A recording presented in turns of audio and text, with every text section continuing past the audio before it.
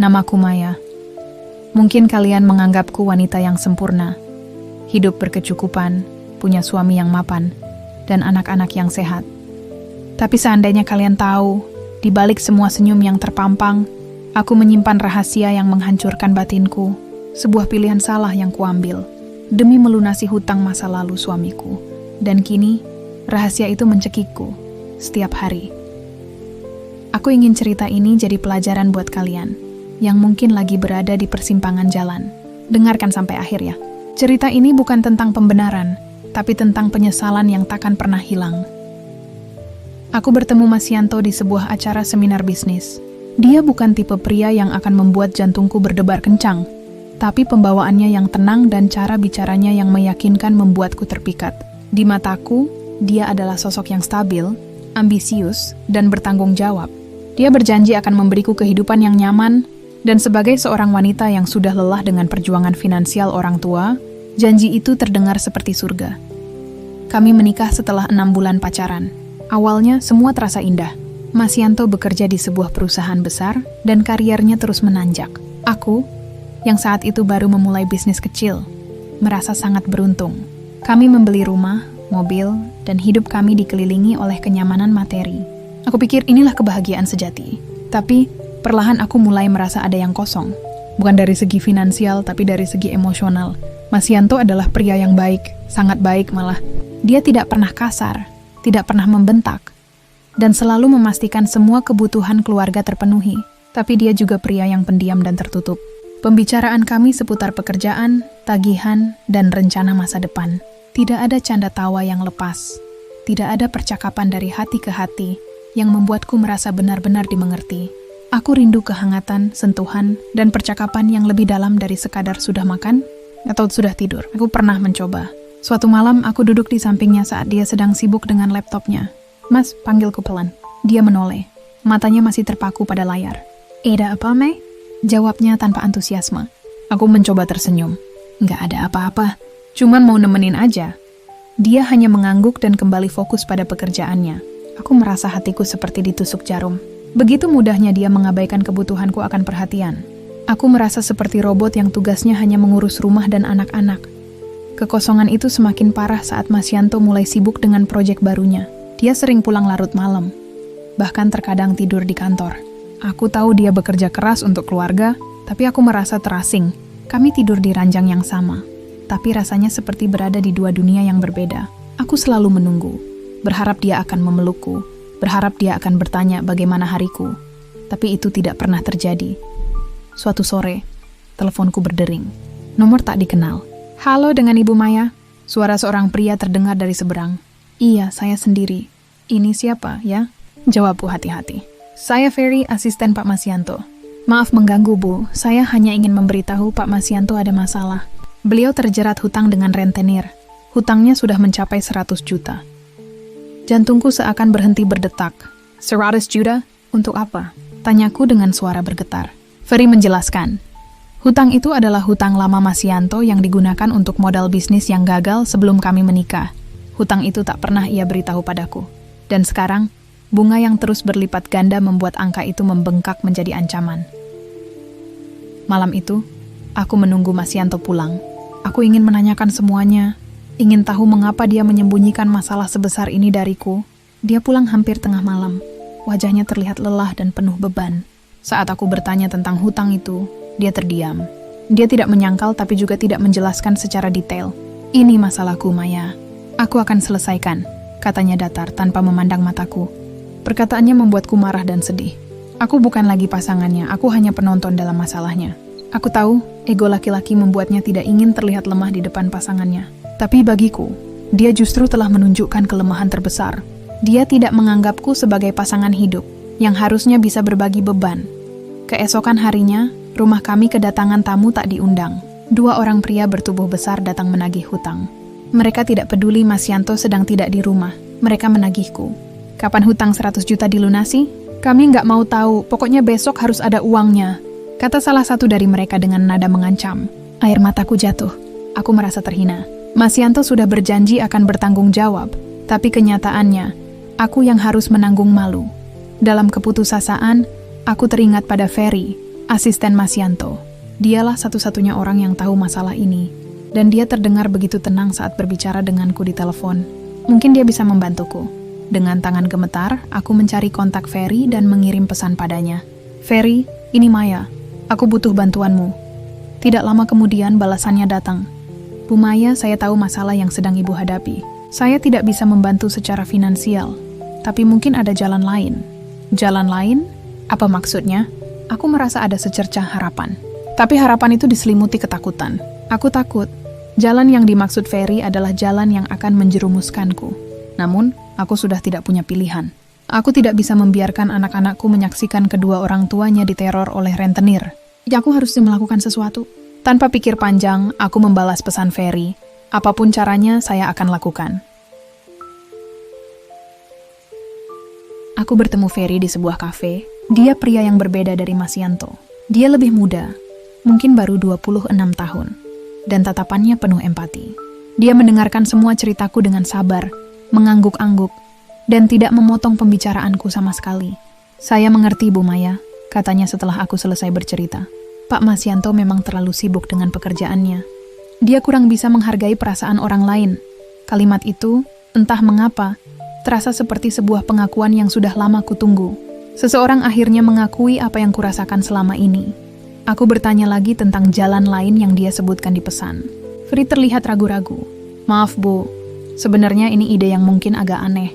Tapi ini satu-satunya cara yang bisa saya pikirkan untuk melunasi hutang Pak Mas Yanto tanpa harus menjual aset-aset Bapak. Saya punya kenalan, seorang pengusaha properti bernama Bu Ratna. Dia wanita kaya yang hidup sendiri, suaminya meninggal 5 tahun lalu. Dia menyukai lukisan, seni, dan dia juga sangat kesepian. Dia sering mengadakan acara, dan di sanalah para wanita kaya lain saling berbagi cerita. Termasuk soal keintiman yang tak bisa mereka dapatkan dari pasangan mereka. Aku mengerutkan dahi. Apa hubungannya dengan hutang Mas Yanto? Tanyaku semakin bingung. Ferry mengambil napas dalam-dalam. Bu Ratna punya semacam Club Rahasia. Di sana, para wanita itu membayar untuk ditemani. Bukan hanya ditemani secara fisik, tapi ditemani secara emosional. Mereka mencari seseorang yang bisa diajak bicara, seseorang yang bisa mendengarkan keluh kesah mereka, yang bisa membuat mereka merasa berharga, dan sebagai balasannya mereka memberikan uang. Aku terdiam. Jadi ini jalan lain yang dia maksud? Menjual diri? Bukan. Ferry tidak pernah menyebutkan kata-kata itu. Dia selalu menggunakan istilah yang lebih halus, seperti ditemani, memberi perhatian, dan mengisi kekosongan. Ferry melihat ekspresi wajahku dan dengan cepat menambahkan, bukan seperti yang ibu bayangkan. Ini bukan tentang hubungan fisik, Bu. Ini tentang kehangatan. Para wanita itu sudah punya segalanya, tapi mereka tidak punya kehangatan dari pasangannya. Mereka butuh sosok yang bisa membuat mereka merasa dimengerti dan dicintai, meski hanya untuk sesaat. Dan mereka rela membayar mahal untuk itu. Otakku berputar-putar, mengisi kekosongan emosional. Itulah yang juga aku rasakan. Jadi para wanita ini sama sepertiku, kesepian di tengah kemewahan. Ide itu membuatku merasa sedikit lebih baik, tidak merasa sendirian. Tapi tetap saja, ini adalah hal yang tidak biasa. Apakah aku bisa melakukan ini? Ferry menambahkan, Bu Ratna bilang dia bisa membantu melunasi hutang Pak Mas Yanto. Dia sudah sering melakukan ini untuk membantu orang yang sedang kesusahan. Dia akan membayar ibu, dan setiap kali ibu menemani seorang wanita, maka sebagian hutang Pak Mas Yanto akan dianggap lunas. Aku tertegun. Mengapa seorang wanita mau membantu dengan cara seperti ini? Ferry menjelaskan bahwa Bu Ratna pernah merasakan hal yang sama. Suaminya juga sibuk, dan dia merasa sangat kesepian. Dia ingin membantu wanita lain yang bernasib sama. Dia tidak punya anak, jadi dia menganggap ini sebagai cara untuk berbagi dan memberi manfaat pada orang lain, kata Ferry. Malam itu, aku tidak bisa tidur. Aku memikirkan semua perkataan Ferry. Aku tahu, apa yang akan kulakukan ini adalah sebuah kesalahan besar, sebuah pengkhianatan terhadap pernikahanku. Tapi apa yang harus kulakukan? Biarkan Mas Yanto terlilit hutang dan terus diteror? Biarkan anak-anakku ketakutan? Aku merasa tak punya pilihan. Beberapa hari kemudian, Ferry menghubungiku lagi. Dia memberitahuku bahwa Bu Ratna ingin bertemu denganku. Aku datang ke rumah Bu Ratna dengan jantung berdebar tak karuan. Rumahnya sangat besar, dengan halaman yang luas dan kolam renang. Bu Ratna menyambutku dengan senyum hangat. Dia wanita yang cantik, anggun, dan terlihat sangat ramah. Dia mempersilahkanku duduk dan menyuguhiku teh. Ferry sudah cerita semuanya, Maya. katanya dengan suara yang lembut. Aku tahu betapa beratnya posisimu sekarang. Tapi, kamu tidak perlu khawatir. Ya, di sini kita akan membantu satu sama lain. Kamu memberikan kehangatan yang dibutuhkan wanita-wanita di sini. Dan kami akan membantumu melunasi hutang suamimu. Aku mengangguk pelan. Tapi Bu, apa yang harus saya lakukan? Tanyaku. Bu Ratna tersenyum. Kamu hanya perlu jadi dirimu sendiri, Maya.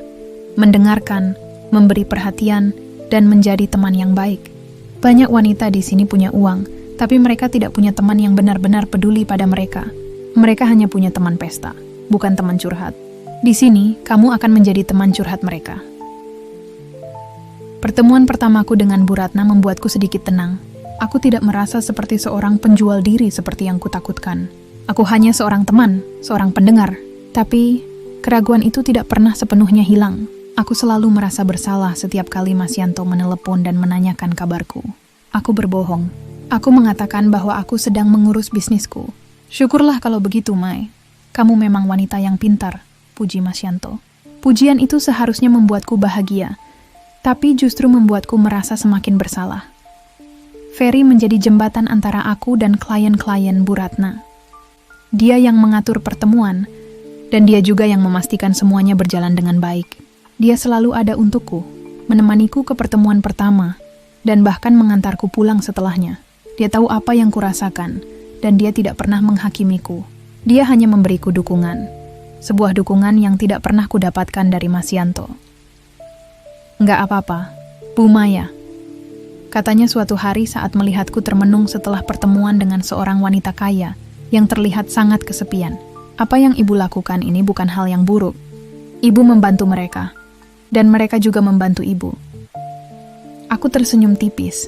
Tapi Ferry, aku merasa seperti orang asing di rumahku sendiri. Aku merasa seperti penipu. Ferry menatapku. Matanya memancarkan kehangatan yang sungguh-sungguh. Ibu bukan penipu. Ibu adalah seorang pejuang. Ibu melakukan ini demi keluarga ibu. Demi anak-anak ibu. Seiring berjalannya waktu, kedekatan kami semakin terasa. Ferry bukan hanya asisten, dia juga menjadi sahabatku. Dia tahu semua ceritaku, semua kekhawatiran dan ketakutanku.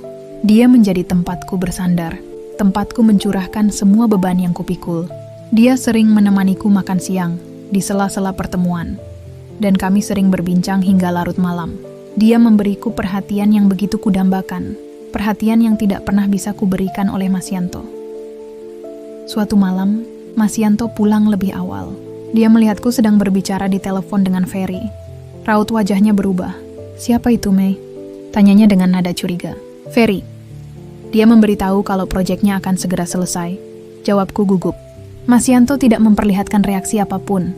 Dia hanya mengangguk dan masuk ke kamar. Tapi aku bisa merasakan tatapan matanya yang penuh curiga.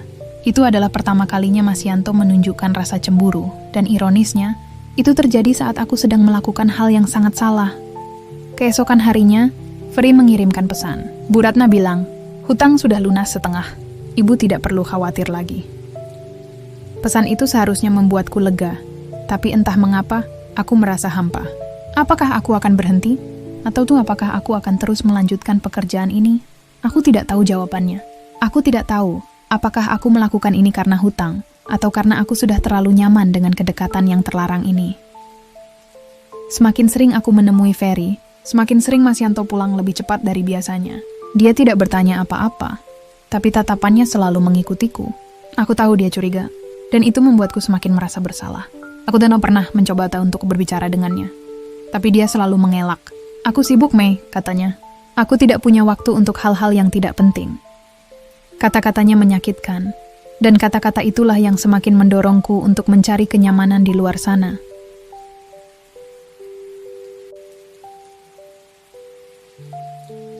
Kehidupan ganda yang kujalani membuatku merasa lelah. Aku lelah berbohong, lelah menyembunyikan, dan lelah dengan konflik batin yang tak berkesudahan.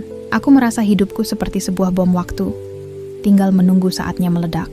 Dan bom itu meledak pada hari ulang tahun pernikahan kami yang ke-6. Malam itu, aku dan Mas Yanto sedang makan malam di restoran favorit kami.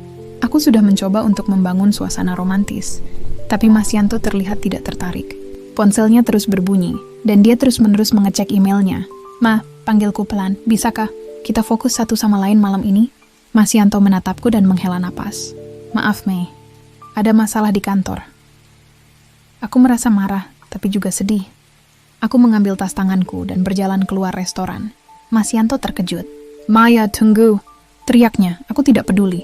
Aku hanya ingin pergi dari sana. Dari semua kebohongan dan kekosongan ini. Saat aku berjalan ke mobil, ponselku berbunyi.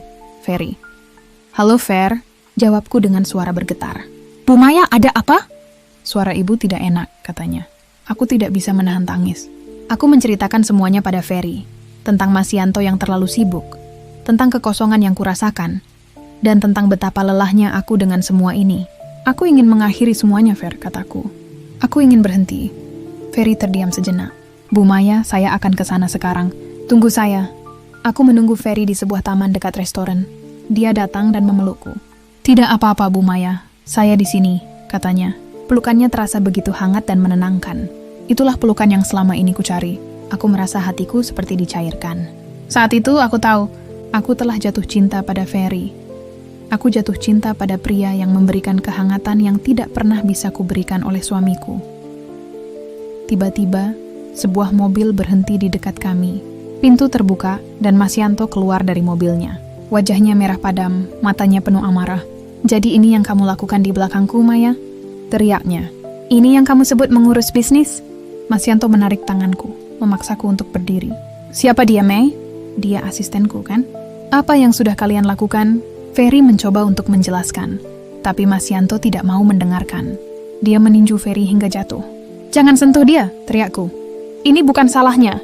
Ini salahku. Mas Yanto menatapku, matanya kosong. Kau bilang ini salahmu? Apa maksudmu? Tanyanya. Aku tidak bisa menahan diri lagi. Aku menceritakan semuanya. Tentang hutang yang tidak pernah dia beritahuku, tentang ancaman dari rentenir, dan tentang pekerjaan yang kulakukan untuk melunasi hutang-hutangnya. Aku melakukan ini demi kita, Mas. Demi keluarga kita. Kataku, air mataku mengalir. Mas Yanto terdiam. Dia menatapku, lalu menatap Ferry, lalu menatapku lagi. Wajahnya pucat pasi. Dia tidak mengatakan apa-apa. Dia hanya berbalik dan berjalan pergi. Aku memanggil namanya, tapi dia tidak menoleh. Dia pergi, meninggalkan aku dan Ferry di sana. Di tengah malam yang dingin, aku merasa duniaku runtuh. Setelah kejadian itu, Mas Yanto tidak pernah pulang ke rumah. Dia meneleponku sehari setelahnya. Suaranya terdengar sangat lelah dan penuh penyesalan. Maafkan aku, Maya, katanya. Aku terlalu egois. Aku pikir aku bisa menyelesaikan semuanya sendirian. Aku pikir hutang itu tidak akan mempengaruhimu. Aku salah. Aku minta maaf. Aku tidak menjawab. Aku tidak tahu harus berkata apa. Aku terlalu sakit, terlalu lelah, dan terlalu bingung. Mas Yanto meminta kami untuk bertemu. Dia datang ke rumah, membawa sekuntum bunga. Dia tidak pernah melakukan itu sebelumnya. Dia duduk di depanku, menatapku, dan matanya penuh air mata. Aku tidak tahu bagaimana caranya meminta maaf. Aku hanya tahu, aku telah membuat kesalahan besar. Aku telah mengabaikanmu. Aku telah menganggapmu seperti orang asing. Aku tidak menyadari, kau juga punya kebutuhan. Kau juga butuh didengarkan, butuh dicintai. Maafkan aku, Maya. Aku tidak bisa menahan tangis. Aku memeluknya. Aku tahu, aku tidak bisa menghancurkan pernikahanku. Aku tidak bisa menghancurkan keluarga kami hanya karena sebuah kesalahan. Aku mencintai Mas Yanto. Dan aku tahu dia juga mencintaiku. Hanya saja dia tidak tahu bagaimana caranya menunjukkannya. Ferry di sisi lain telah menawariku sebuah jalan lain. Sebuah cinta yang terlarang. Tapi aku tidak bisa. Aku memilih untuk berjuang demi cintaku, demi pernikahanku, demi keluargaku. Ferry menghubungi aku beberapa hari kemudian. Bu Maya, saya sudah mengundurkan diri dari kantor, katanya. Saya akan kembali ke kampung. Saya minta maaf atas semua yang sudah terjadi. Saya tahu, saya tidak seharusnya mencampuri rumah tangga ibu. Saya hanya tidak bisa melihat ibu kesepian. Aku terharu. Kemensecakan terima kasih. Aku tahu, dia juga adalah korban. Dia juga kesepian. Dan kami saling menemukan kenyamanan satu sama lain. Beberapa bulan kemudian, aku dan Mas Yanto memulai terapi pernikahan. Kami belajar untuk berkomunikasi, untuk saling mendengarkan, dan untuk mengungkapkan perasaan kami. Mas Yanto belajar untuk lebih terbuka, dan aku belajar untuk lebih sabar. Kami berdoa tahu, kami tidak akan pernah melupakan kejadian itu. Itu adalah luka yang akan selalu ada, tapi kami berjanji, kami akan menggunakannya sebagai pengingat, bahwa kami harus terus berjuang demi cinta kami. Aku tahu, banyak dari kalian yang mungkin menghakimiku, tapi Aku hanya seorang wanita biasa yang pernah mengambil jalan yang salah karena keputusasaan. Aku ingin kalian belajar dari ceritaku. Jangan pernah menyimpan rahasia dari pasangan kalian. Jangan pernah mengabaikan kebutuhan emosional pasangan kalian, karena jika kalian melakukannya, kalian akan membuka pintu bagi orang lain untuk mengisi kekosongan itu. Cinta itu bukan hanya tentang materi, bukan hanya tentang uang atau rumah mewah. Cinta itu tentang kehangatan, tentang sentuhan, tentang mendengarkan, dan tentang saling memahami. Jangan biarkan kebanggaan atau kesibukan menghancurkan apa yang paling berharga dalam hidup kalian. Untuk kalian yang mendengarkan, ingatlah, hidup itu penuh pilihan, tapi tidak semua pilihan itu benar. Selalu ada jalan lain, jalan yang lebih baik. Pilihlah jalan yang benar, jalan yang tidak akan membuatmu menyesal di kemudian hari. Dan jangan pernah berhenti untuk berjuang demi cintamu, karena cinta sejati layak untuk diperjuangkan. Sampai jumpa di video lainnya ya.